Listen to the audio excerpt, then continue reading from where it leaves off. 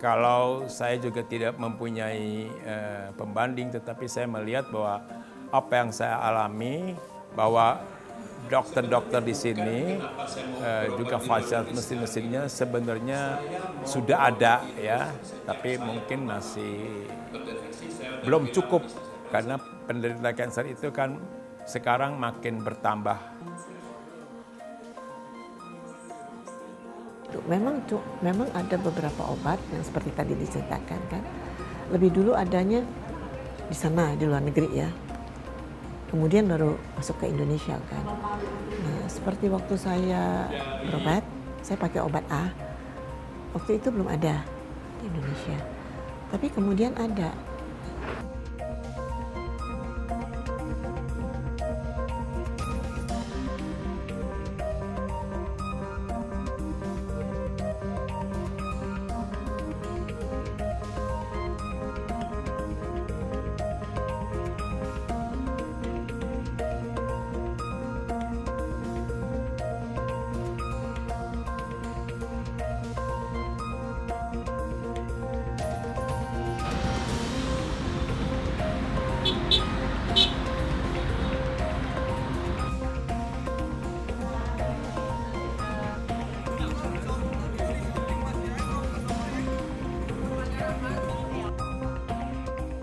Nah, angka ini akan terus meningkat. Kenapa? Karena prevalensi merokok di Indonesia yang cukup tinggi, yaitu sekitar 67,4%.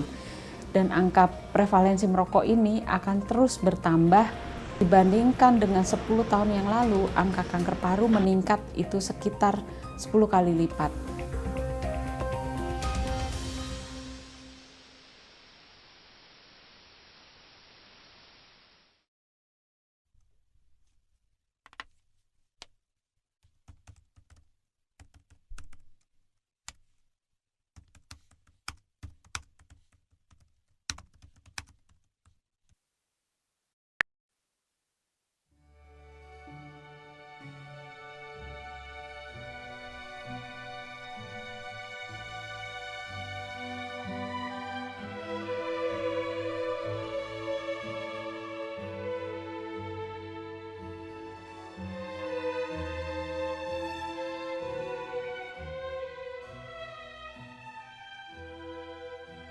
Bulan Mei vonis dari dokter yang sangat mengejutkan kami sekeluarga, terutama saya ya. Saya divonis CA paru. Jujur aja pada waktu saya dengar pertama kali itu ya terpukul sekali ya Mbak ya. Gitu. Keluarga, terutama saya sendiri, saya sangat terpukul. Kok saya ya gitu. Ya Allah, bayangan kematian udah di depan mata gitu. Sabar, pasrah, tapi tidak menyerah.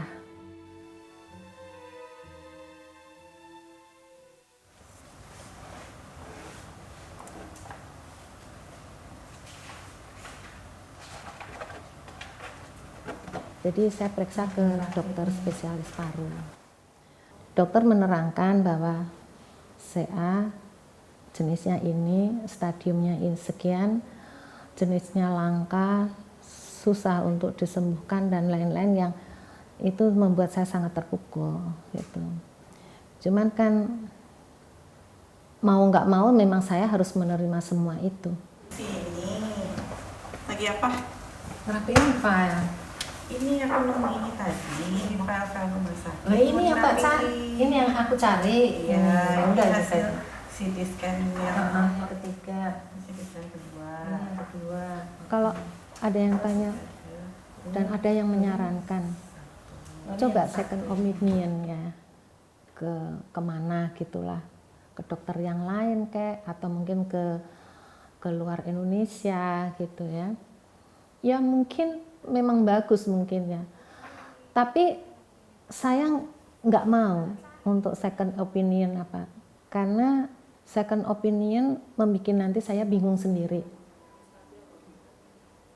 Dan saya rasa dokter di Indonesia, nggak cuma itu ya, dokter di Indonesia udah bagus kok.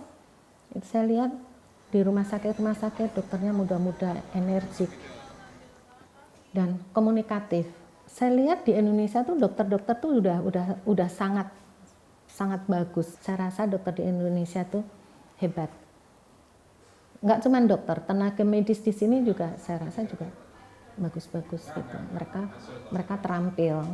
Alat-alatnya saya lihat kan, saya beberapa kali CT scan, setiap kali saya terapi, habis kemo, habis radiasi, itu kan mungkin untuk melihat ya seberapa jauh efek daripada terapi yang sudah saya dapatkan, itu kan CT scan. Nah, itu alat-alat yang digunakan itu juga sangat canggih kalau menurut saya. Jadi saya cukuplah berobat di Indonesia.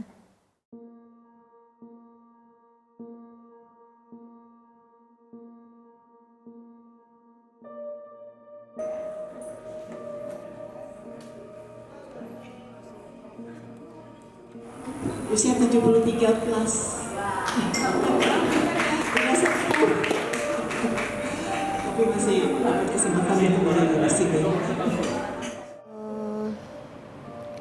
Saya sebenarnya ya mungkin ya kenapa saya bisa keluar negeri itu mungkin beda sama teman-teman lain ya.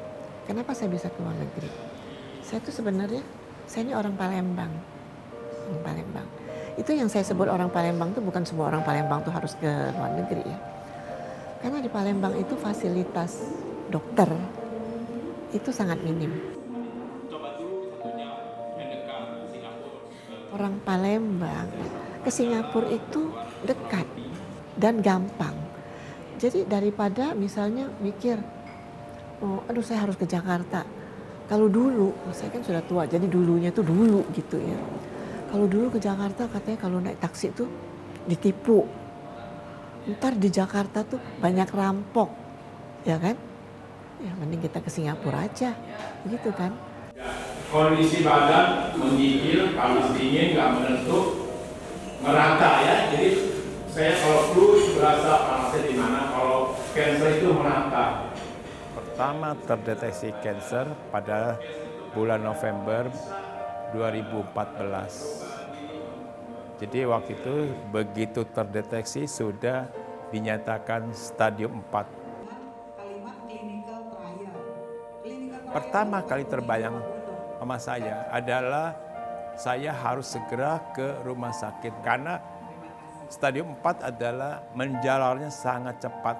Jadi saya ingin buru-buru ditanganin. Tetapi akhirnya ada masukan bahwa kamu ini telah stadium 4, penyebaran cepat. Jadi perlu penanganan yang lebih cepat.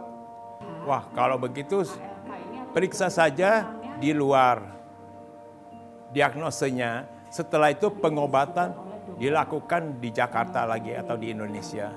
Nah, itu saran yang paling baik yang saya pikir sangat bijak ya begitu kan. Nasinya kecil-kecil tapi ada gitu ya. Yang lainnya masih belum ketemu. Ya sebenarnya begini, kita akui ya bahwa kita ini negara kita ini besar ya, penduduknya banyak ya. Jadi pertumbuhan, maksud saya pertumbuhan jumlah pasien penyakit itu tidak seimbang dengan fasilitas mesin rumah sakit dan dokter yang untuk menangani semua penyakit ya gitu.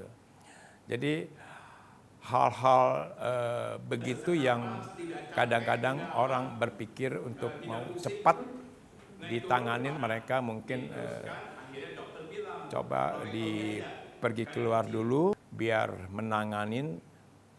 tertanganin ya, jadi sehingga mereka tidak berkelanjutan penyakitnya. Itu saja sebenarnya alasan, menurut saya alasan orang berobat di luar negeri gitu. Sel kanker istilahnya maling aja, yang gampang. Sel kanker atau malingnya dikenali oleh satpam, ditangkap oleh satpam, ditaruh di pos polisi, kelenjar getah bening pos polisi. Kalau di sini suka keraba besar itu namanya kelenjar getah bening. Maling ditangkap satpam, sel dendritik, ditangkap, ditaruh di pos polisi. Di pos polisi ini ada polisinya sel T, namanya sel T. Jadi kalau kita bandingkan dengan negara ASEAN saja, bukan hanya ASEAN, Asia, Indonesia sudah jauh selangkah di depan. karena dengan ketersediaan dan juga akses dan layanan kanker. Dan kita harapkan juga itu bisa berlanjut ke depannya. Pelayanan kesehatan kita sudah selangkah di depan. Dan guideline atau pedoman tata laksana kanker, terutama kanker paru, itu sejalan dengan pedoman tata laksana kanker paru internasional. Kita tidak tertinggal. Dan akses dibuka oleh pemerintah, cuman memang ada beberapa obat yang memang tidak tercover oleh BPJS. Namun memang keterbatasan sekali lagi ada karena hanya ada di pusat rujukan. Jadi negara kita sangat luas, 17.000 pulau ya. Jadi pasti ada antrian dan juga pasti kalau kita lihat biaya yang besar karena harus mencakup 260 juta orang yang harus tercover dalam asuransi kesehatan tersebut. Sehingga banyak dari beberapa pasien yang berobat keluar karena memang antrian yang panjang untuk akses pengobatan. Saya pertama kali terdeteksi penyakit kanker paru pada bulan November tahun 2014. Jadi sekarang memasuki tahun ke-6. Pertama yang saya dapetin itu kecepatan ya, sama prosesnya. Jadi karena prosesnya semua diikuti, jadi akhirnya bisa mempunyai suatu PA yang baik ya. Jadi patologi analisisnya lebih baik sehingga memberi pengobatan juga lebih tepat. Sistem administrasi kedokterannya, sistem administrasi rumah sakitnya itu menjadi lebih teratur. Nah, kalau membludak kan sulit. Selama obat yang saya konsumsi di sini belum memungkinkan buat saya, ya saya sekarang membeli obat di luar.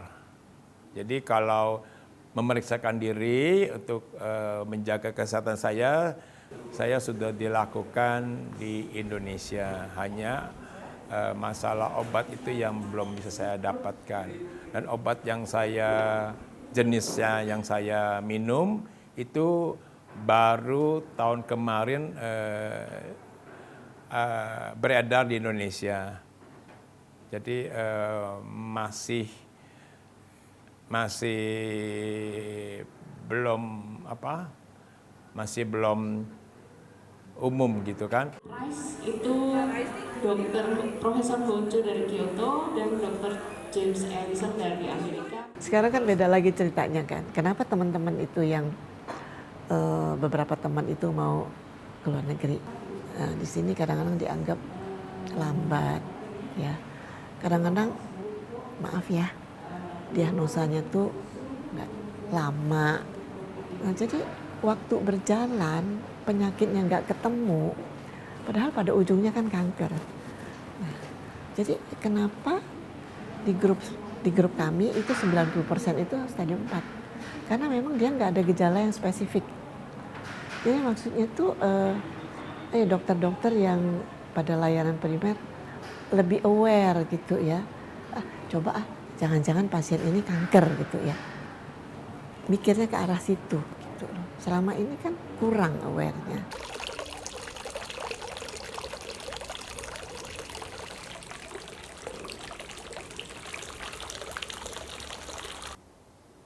Nggak terpikir ya saya untuk pindah ke lain hati. Nggak terpikir saya untuk pindah ke luar negeri atau ke dokter lain atau bagaimana, enggak. Udah saya akan tuntaskan di sini dengan dokter yang sama. Nah, saya ikutin semua instruksi, semua pengobatan, semua saran dari dokter yang sekarang merawat saya. Saya percaya sepenuhnya sama beliaunya gitu. Dan ternyata memang walaupun dokter pada awalnya bilang susah disembuhkan, penyakitnya langka, tidak bisa dioperasi dan lain sebagainya, yang itu sangat membuat saya terpukul. Tapi toh karena kuasa Allah dalam jangka waktu sekitar nggak lama ya, sekitar berapa bulan ya, itu dari bulan Mei ke September, alhamdulillah saya dinyatakan sembuh sama dokter.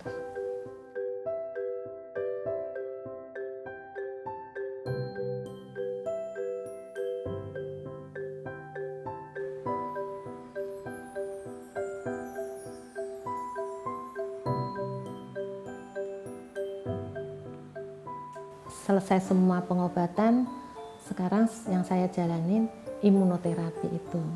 Saya sudah dapat penjelasan dari dokter, selain itu saya juga berusaha mencari tahu apa sih sebetulnya imunoterapi itu. Itu kan kalau kita terapi sebelumnya itu kan sel-sel di badan kita tuh banyak yang rusak ya. Nah, ini seperti mengembalikan lagi, recovery lagi untuk kekebalan. Saran dokter ya, kita imunoterapi kalau pagi kita berjemur, yang simpel-simpel, nggak ada obat dari dokter. Jangan terlalu banyak obat. Obat-obat misalnya saya harus minum antibiotik apa-apa, enggak. Ibu makan yang sehat, tidur yang cukup, pagi berjemur. Itu aja.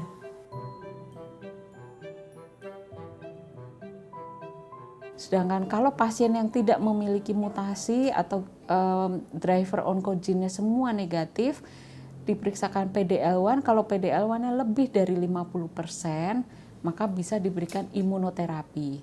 Imunoterapi juga bisa diberikan sebagai second line, artinya kalau pasien sudah kemoterapi tidak mempan lagi, maka second line bisa diberikan imunoterapi. Ketiga terapi tersebut, seluruhan terapi kanker paru tersebut sudah ada di Indonesia. Gagal muncul lagi, kenapa? Satu, karena muncul, nah ini dia. Kenapa progresif? Kenapa membesar delikasi ALK? Karena ada mekanisme resisten ALK. Kanker paru adalah salah satu dari beberapa jenis sel kanker yang sangat imunogenik, artinya sebetulnya menjadi target untuk imunoterapi karena kanker paru bersifat sangat imunogenik. Sel kanker yang bersifat imunogenik salah satunya adalah melanoma atau kanker kulit, yang kedua kanker paru jenis karsinoma bukan sel kecil, dan yang ketiga adalah kanker paru jenis karsinoma sel kecil. Jadi kalau imunoterapi bisa terbagi, ada PD-1 inhibitor, PDL1 inhibitor, ataupun terapi yang lain. Ketiga obat imunoterapi yang telah ada di Indonesia contohnya adalah pembrolizumab, atezolizumab maupun durvalumab sudah tersedia di sini di Indonesia dan bisa digunakan.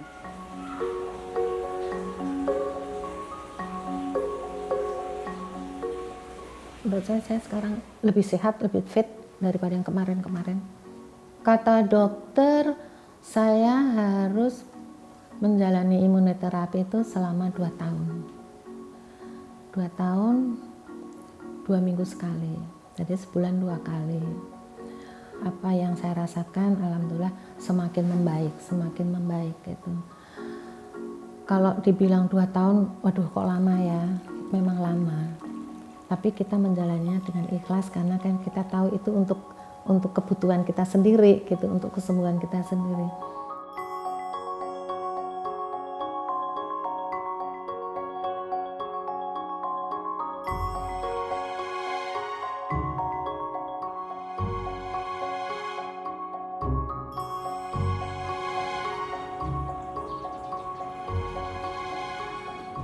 CIC itu adalah singkat dari Cancer Information and Support Center. Jadi kami punya 3 rumah singgah, di mana yang kami terima adalah pasien-pasien yang non-DKI. Jadi mereka juga berkumpul di situ. Mereka merupakan suatu keluarga, karena mereka itu semuanya dari perantauan ya maksudnya ya. Nggak, waktu Mbak Ami waktu pertama aku kan belum di aku ini belum dioperasi. Nanti sesudah kemo ke-6 kan mungkin tindakan operasi. Terus kita juga kan kasih tahu teman-teman bahwa kanker itu bukan berarti kematian. Sering kan orang suka pikir kanker itu kan berarti maut ya. Entah kapan kan, minggu depan, bulan depan, tahun depan kita kan nggak tahu. Aku tak sangka menerima derita ini. Udah, oh sudah cukup. Teman-teman tuh ada yang bilang Tante Mega itu 3 lanjut. Usia lanjut, kanker kolon lanjut, kanker parunya lanjut. Jadi kadang-kadang saya ke pasien-pasien yang masih muda ya, lihatlah maksudnya tante ini kayak oma mau panggil ke tante. Saya aja dari sampai usia yang sekian, saya kan masih bisa ya seperti saya sekarang kan. Ya jadi kalian lihatlah gitu. Jadi kalian yang muda-muda itu jangan memble kan, ya harus semangat.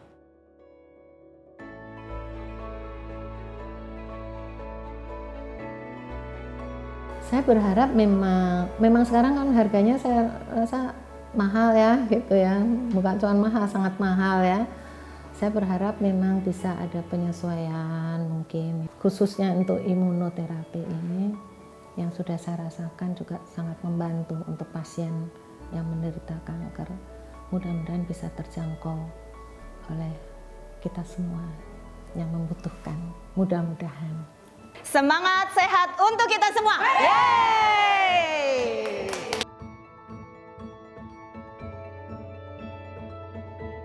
Yang kita harapkan adalah akses yang pada saat ini diberikan pemerintah untuk penderita kanker paru, akses terhadap obat ataupun ketersediaan terhadap obat kedepannya akan terus ada, karena kalau kita lihat angka merokok pada orang Indonesia juga terus tinggi, dan juga penderita kebanyakan juga bukan hanya perokok aktif namun juga perokok pasif ya. Jadi angka ketersediaan dan juga akses ini terus dipertahankan, dan juga obat-obat yang bisa diperoleh dengan BPJS juga bisa diperluas.